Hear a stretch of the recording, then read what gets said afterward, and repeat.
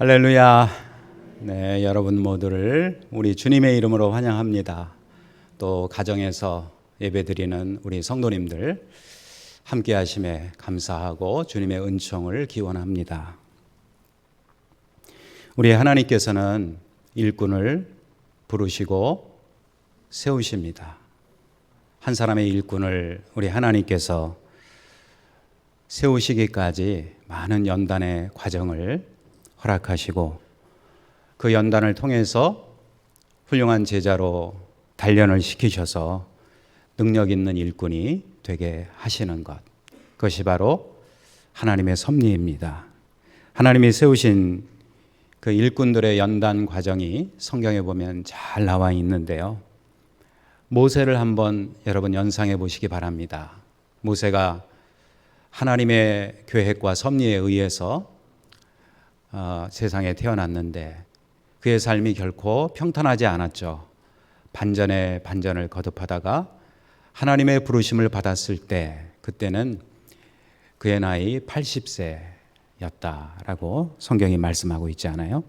그 오랜 세월의 연단을 통해서 하나님께서 한 사람의 그 걸출한 지도자를 세우시는구나 하는 것을 깨닫게 됩니다. 또 이스라엘의 전무후무한 왕이다라고 일컬어지는 다윗. 그 다윗은 하루아침에 갑자기 등장한 인물이 아니었어요.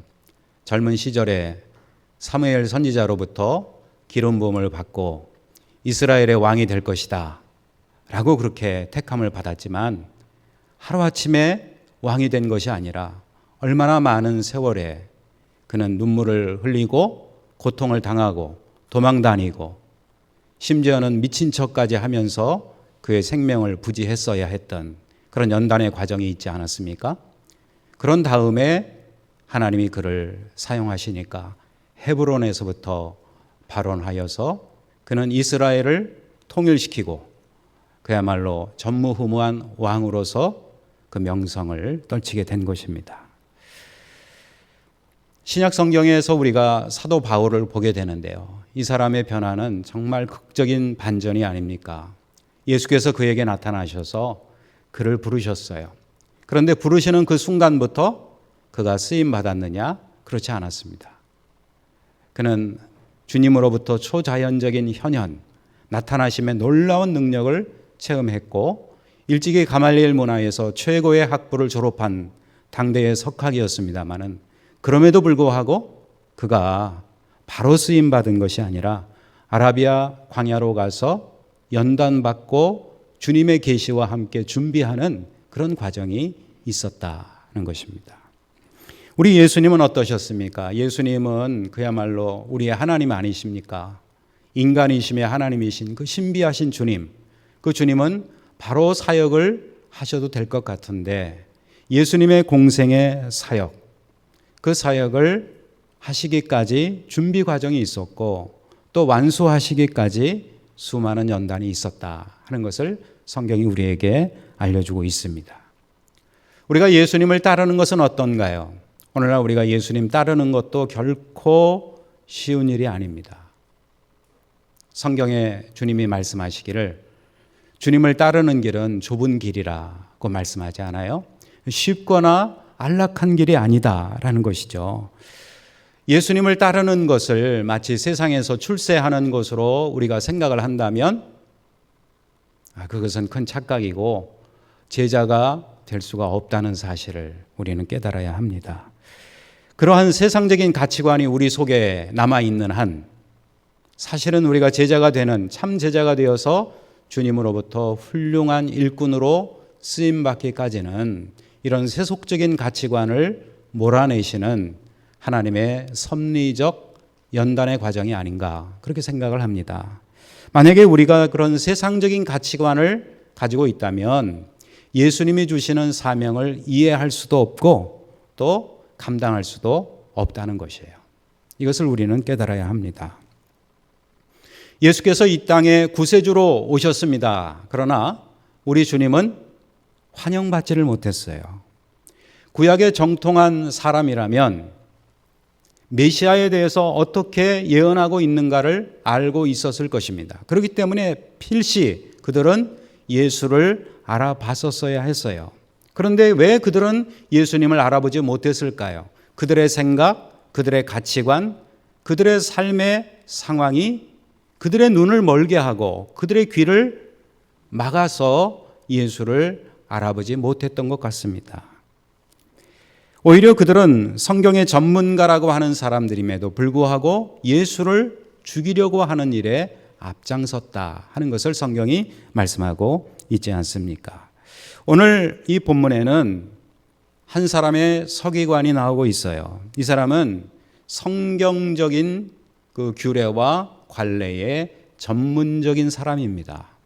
전문적인 성경 연구하는 사람이에요. 이 사람의 소망이 있었는데 그것이 바로 예수님을 따르는 거였습니다. 그래서 오늘 본문에 뭐라고 말씀합니까? 선생님이여 어디로 가시든지 저는 따르리이다. 그 사람의 요청에 대해서 예수님 뭐라고 대답하셨어요? 그 사람이 생각하지 못하고 기대하지 않았던 말씀을 예수님이 하십니다. 주님을 따르는 길이 쉽지 않고 그리고 가난함으로 아니면 궁핍함으로 그 삶이 이어질 수도 있다라고 하는 사실을 예수님이 강하게 암시하고 있어요.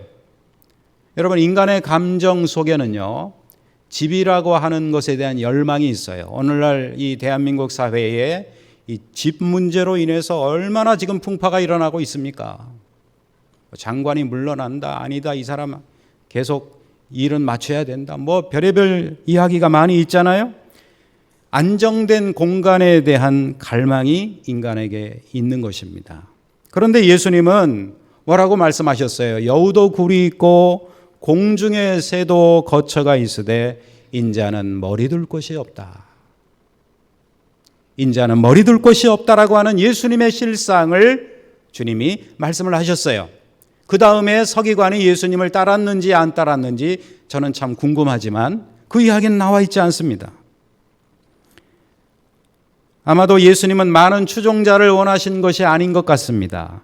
예수님을 따르는 것이 어떤 의미인지를 알고 그리고 예수님을 따름으로 인해서 치러야 할 그 대가를 이해하는 참 제자들을 예수님은 원하신 것이 분명합니다. 사람들이 헌신이 없이 그저 거치려로 주님을 따르는 것을 주님은 절대로 원치 않으셨어요. 문제는 무엇입니까? 많은 사람들이 예수님의 능력에 열광하고 있습니다. 예수님이 놀라운 이적을 일으키셨죠. 세속적인 가치로 보면 불치병자가 한마디 말씀에 치유 안 받는 건 엄청난 사건이 아니겠습니까?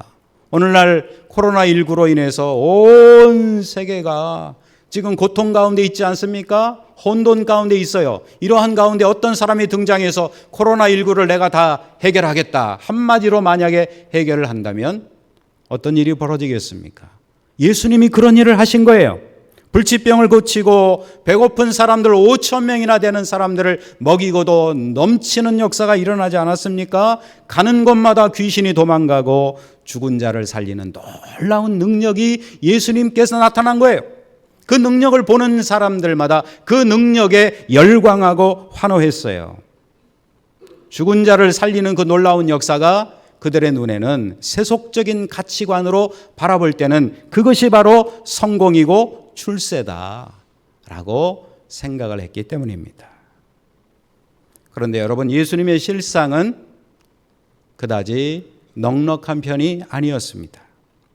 많은 사람들이 영광을 얻는 일에는 열정적으로 다가섭니다. 하지만 자기 자신을 드리는 헌신에는 주저하는 경우가 많이 있지 않아요? 오늘 본문은 철저한 제자도에 초점을 맞추고 있습니다. 예수님의 제자가 되기 위해서 어떤 과정이 필요할까요? 첫째로 부르심의 과정이 필요합니다. 예수님은 갈릴리 바닷가에서 제자들을 부르셨어요. 고기잡이를 하던 시몬과 안드레에게 우리 주님이 말씀하셨습니다. 나를 따라오너라. 내가 너희로 사람을 낚는 어부가 되게 하리라.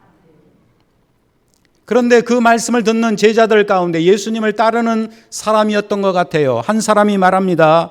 제가 가서 부친을 먼저 장사하고 그리고 주를 따르게 하옵소서. 사실상 이것은요, 유대인의 관습이었어요. 장자가 되는 사람들은 부친의 마지막을 보살펴 드려야 할 의무가 있었던 것입니다. 마땅한 의무 아니겠어요? 그런데 사실 이 사람이 말하는 진정한 의도는 무엇이었습니까? 가족의 의무를 핑계로 해서 제자의 책임을 뒤로 미루려고 하는 그 마음을 주께서 보신 거예요. 그래서 예수께서 말씀하신 것이 뭡니까? 예수님을 따르는 것, 제자가 된다라고 하는 것은, 헌신하는 것은 아무런 조건 없이 주를 따라야만 하느니라. 예수님을 따른다고 한다면 자신의 조건을 다 내려놓아야 한다는 말씀을 주님이 하신 거예요. 부르심을 받은 자에게 우선적인 것이 무엇인가를 오늘 본문은 우리에게 말씀하고 있습니다.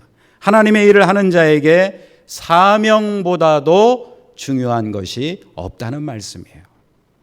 구약의 전승을 보면은 소위 나실인 서약에 대한 이야기가 나오고 있어요. 나실인 서약이라고 하는 것은 예를 들면 제사장으로 헌신하겠나이다, 구별된 사람이거든요. 이런 사람들에 대해서는 부모의 시신조차도 멀리하라고 하는 그러한 그 요구가 있는 것이에요. 이 말은 무슨 말입니까? 세상에서 가장 중요한 가치가 뭡니까? 부모님께 효도하고 부모님을 공경하는 거 아니겠어요? 십계명에도 나와 있잖아요. 기독교는 절대로 효도와 공경에 대해서 거부하는 종교가 아닙니다.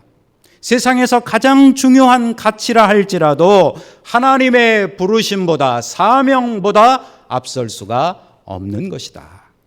이 사실을 우리 주님이 말씀을 하고 있는 것이에요. 자, 그런 면에서 오늘 우리가 주님으로부터 이 귀한 사명, 부르심을 받았다라고 하는 것은 하나님의 은총인 것을 깨달으시기 바랍니다. 예수께서 제자들을 부르시는 시점을 한번 생각해 보세요. 마태복음 4장에 보시면 시몬과 안드레가 바다에서 그물을 던질 때, 그때 주님이 그들을 부르셨어요. 또 요한과 야고보가 그물을 깁고 있을 때, 이 그물이라고 하는 것은 생계수단 아닙니까? 그 그물을 깁고 있을 때 그들을 부르셨어요. 또 레위라고 하는 마태가 세관에 앉아서 자기의 일을 열심히 하고 있는데 주님이 그를 부르셨습니다. 우리 하나님은 자기 일을 충실히 하는 사람을 부르시는 하나님이십니다. 또 예레미야 1장 5절에 하나님께서 말씀하셨어요. 내가 너를 모태에 짓기 전에 너를 알았고 내가 배에서 나오기 전에 너를 성별하였고 너를 나라의 선지자로 세웠노라 하시기로. 할렐루야. 우리 하나님이 우리를 아시고 택하시고 성별하신 것을 믿으시기 바랍니다. 요한복음 15장 16절에 보니까 무엇을 말씀하고 있어요? 너희가 나를 택한 것이 아니요 내가 너희를 택하여 세웠나니. 이게 무슨 말입니까? 주님이 나를 택하여 주셨다는 것은 하나님의 은혜의 증거인 것을 믿어야 할 것입니다. 아무런 자격 없는 우리들을 우리 주님께서 제자로 삼으시기 위하여 불러주셨다는 거예요. 나를 불러주셔서 오늘 우리가 이 자리에 있다는 사실을 잊지 말아야 할 것입니다. 부름받은 우리는 어떻게 응답해야 할까요? 부르심에 우리는 응답함으로 주 앞에 서야 할 것입니다. 구약 성경에 보면 한나라고 하는 여인이 등장하고 있어요. 근데 이 여인에게는 큰 고통이 있었습니다. 무엇인가 하면 아이를 못 낳는 거예요. 그의 태문이 열리지 않아서 아이가 없습니다. 그래서 그 고통과 고난 가운데 하나님 앞에 간절하게 기도하는데 하나님이 그 기도를 들으시고 그의 태문을 여셔서 귀한 아들을 주셨어요. 사무엘이라고 하는 귀한 아들을 그에게 주셨습니다. 너무도 귀하고 사랑스러운 그 아이, 하나님의 은혜가 너무 크니까 이 여인이 이 아들을 하나님께 드립니다. 선지자로 성별하여 쓰임받기 위해서 엘리 제사장에게 그 아들을 맡겨요. 그런데 그 아들이 엘리 제사장 밑에서 성장하다가 어느 날 하나님의 음성을 듣습니다. 그를 부르는 음성을 들어요. 그런데 아이가 너무 어리니까 무슨 말인지 알아듣지를 못하는 거예요.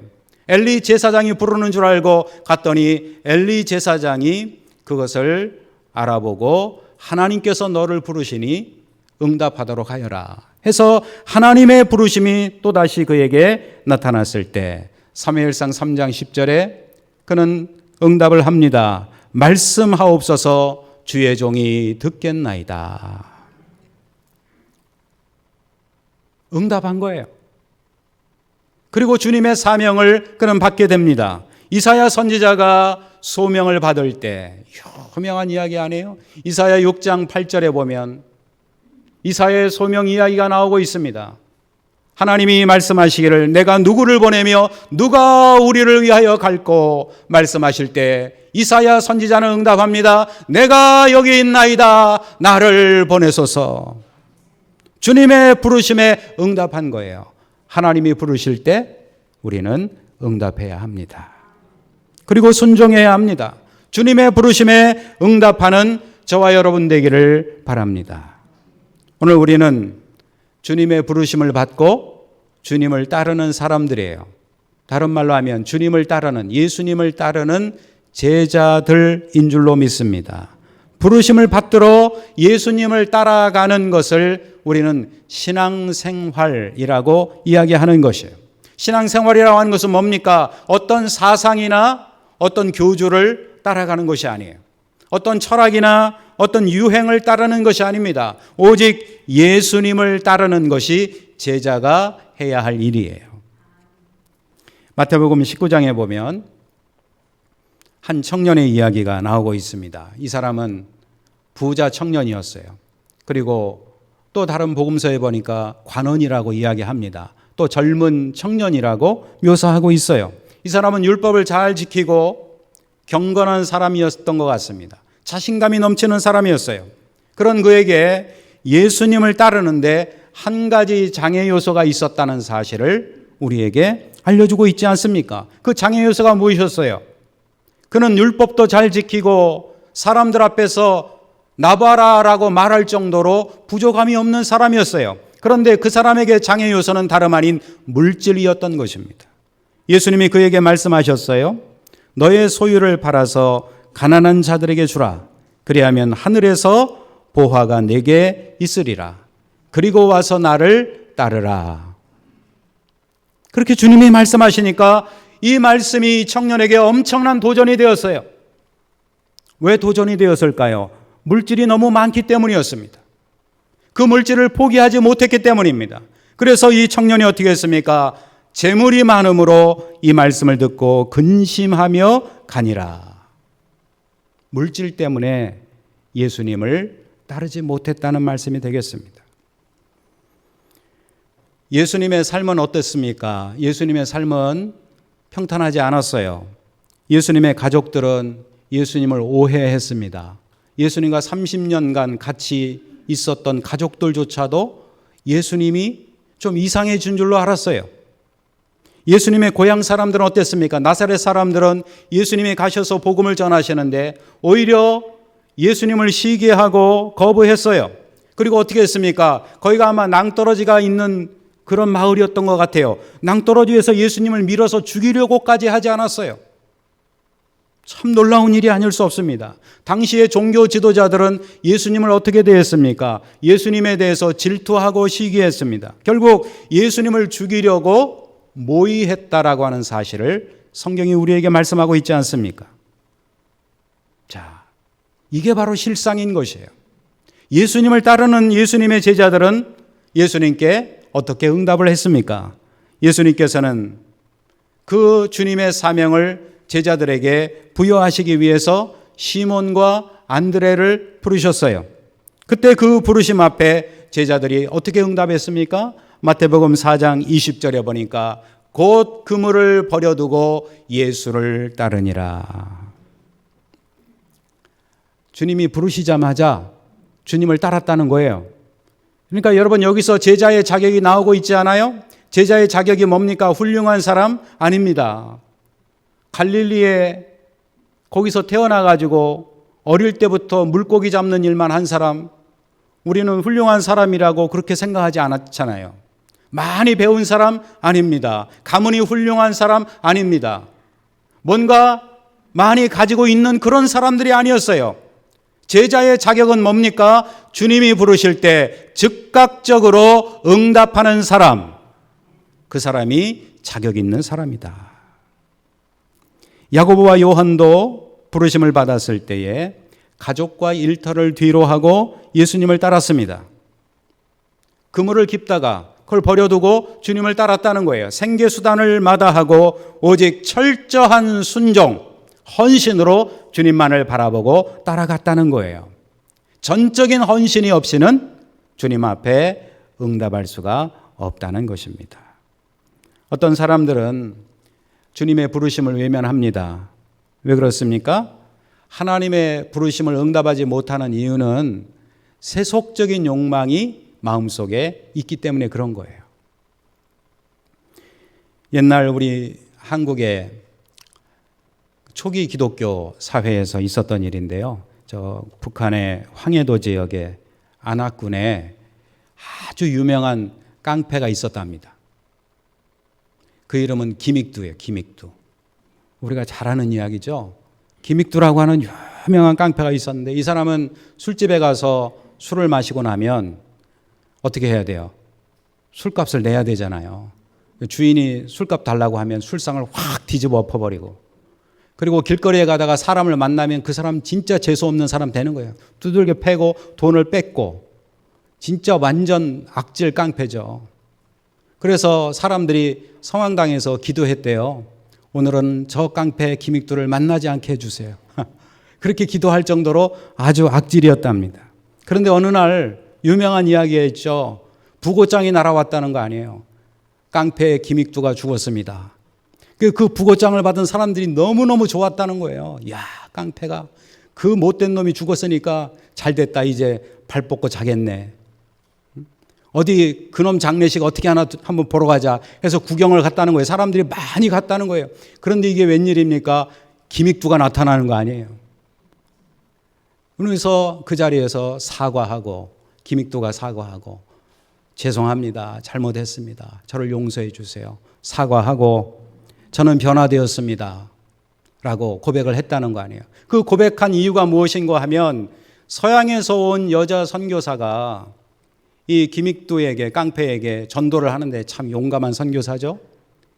종이로 된 선교지를, 전도지를 주는데 그 당시에 종이가 얼마나 귀했을까요? 종이가 참 귀한 때 아니었어요, 옛날에?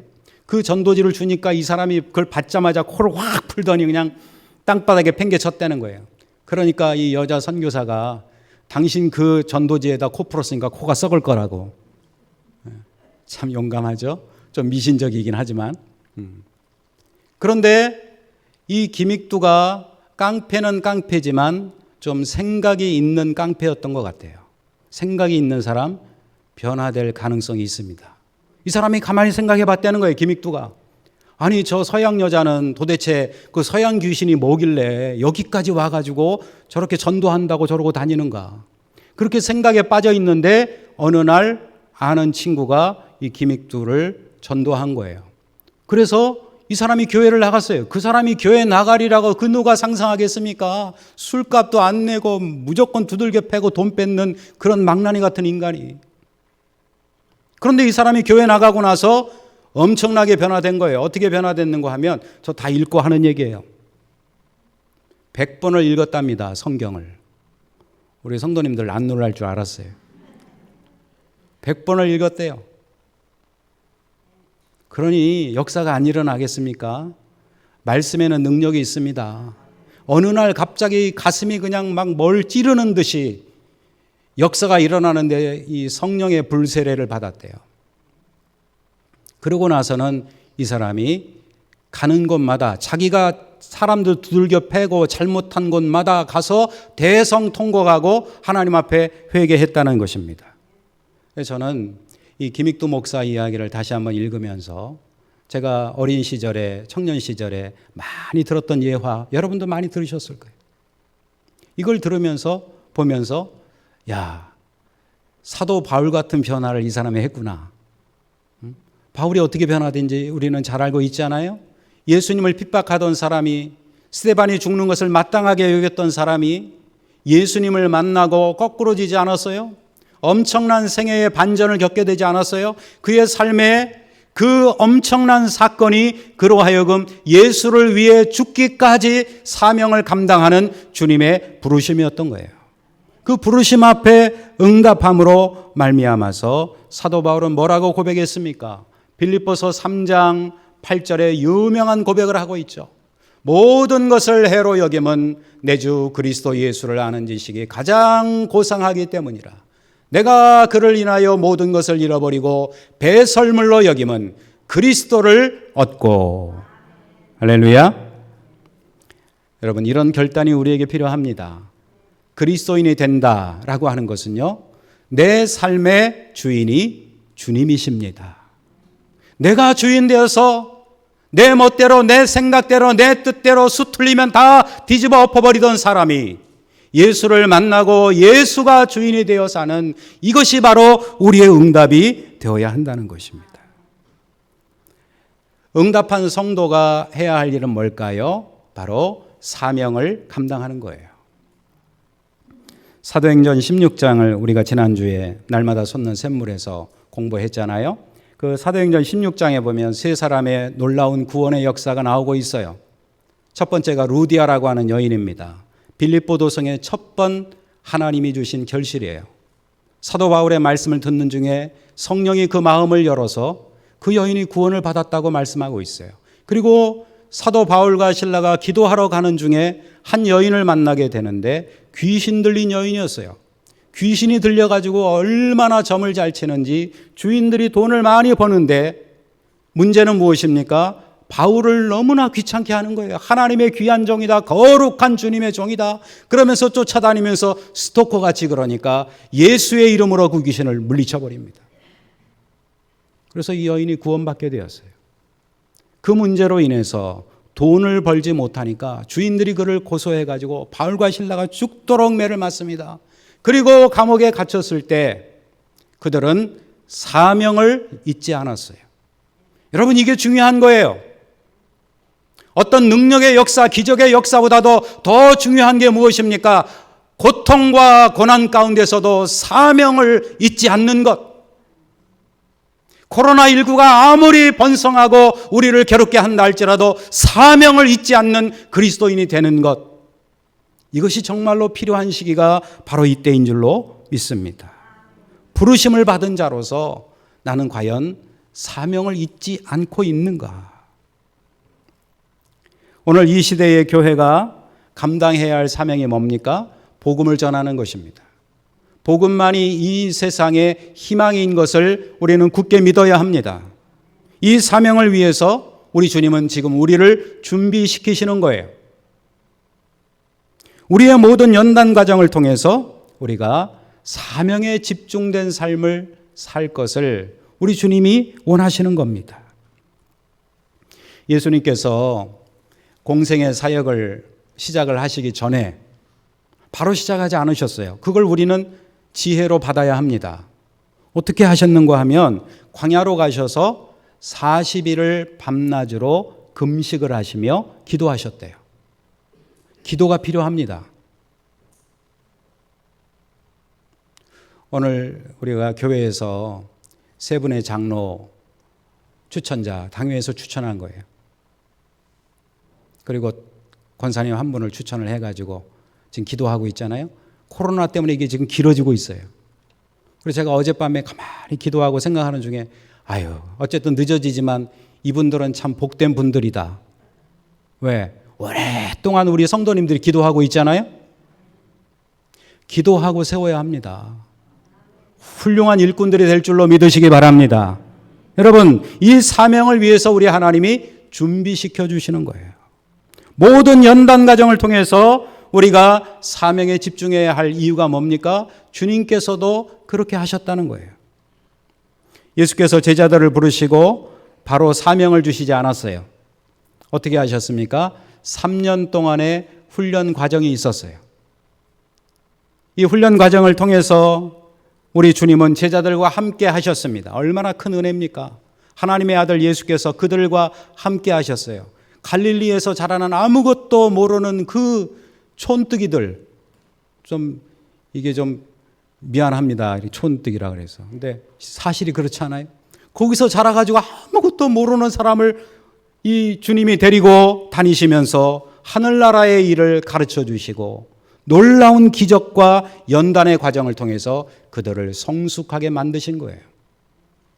3년 동안의 그 연단의 과정이 예루살렘의 제사장들도 와서 무릎 꿇게 하는 놀라운 권위의 사람으로 우리 주님이 변화시켜 주신 거예요.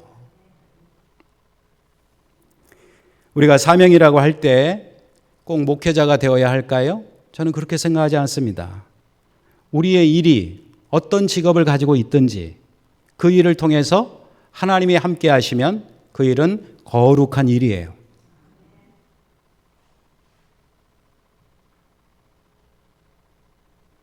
생각을 많이 하셔야 됩니다. 꼭 내가 무슨 거룩한 일이 따로 있는 것처럼 생각해서는 안 된다는 거예요.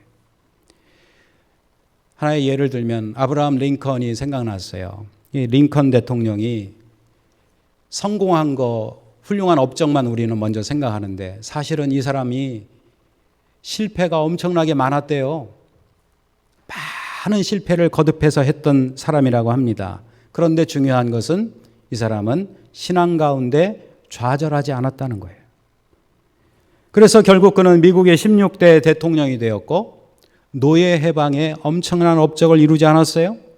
그는 성공한 사람인가? 성공한 대통령인가? 그것보다는 그는 위대한 신앙의 사람이었다고 저는 생각합니다.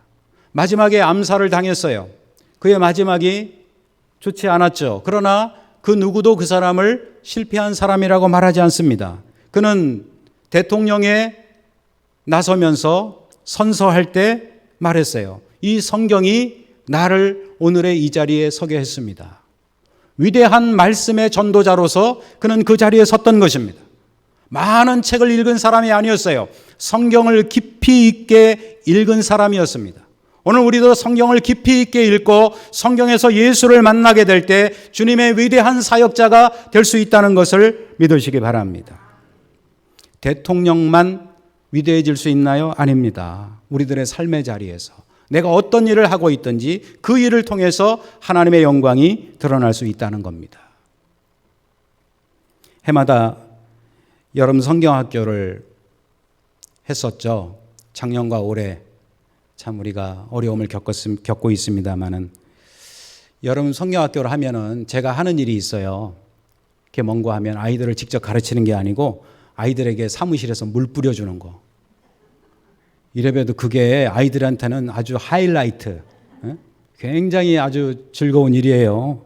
그런데 2년 전인가 한 꼬마가 저한테 와서 이야기한 게 아직도 저는 잊혀지지 않아요. 한 꼬마가 저한테 부탁하는데 목사님 우리 형아 물총으로 좀 쏴주세요.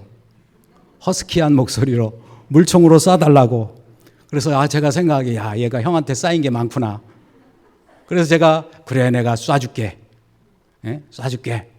대답을 했습니다. 그러고 나서 제가 생각해 보니까 걱정이 생기는 거예요.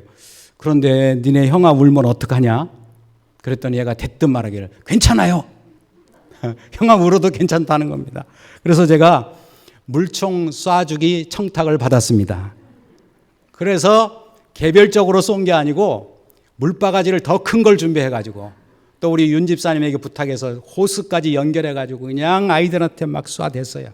다 모여있을 때 처음에는 비명을 지르고 도망가고 하던 아이들이 나중에는 어떻게 하는지 아세요?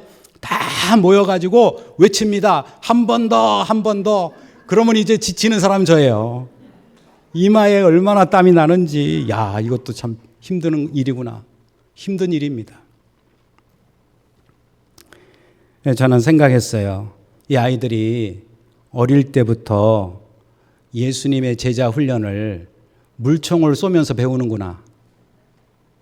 믿으시기 바랍니다.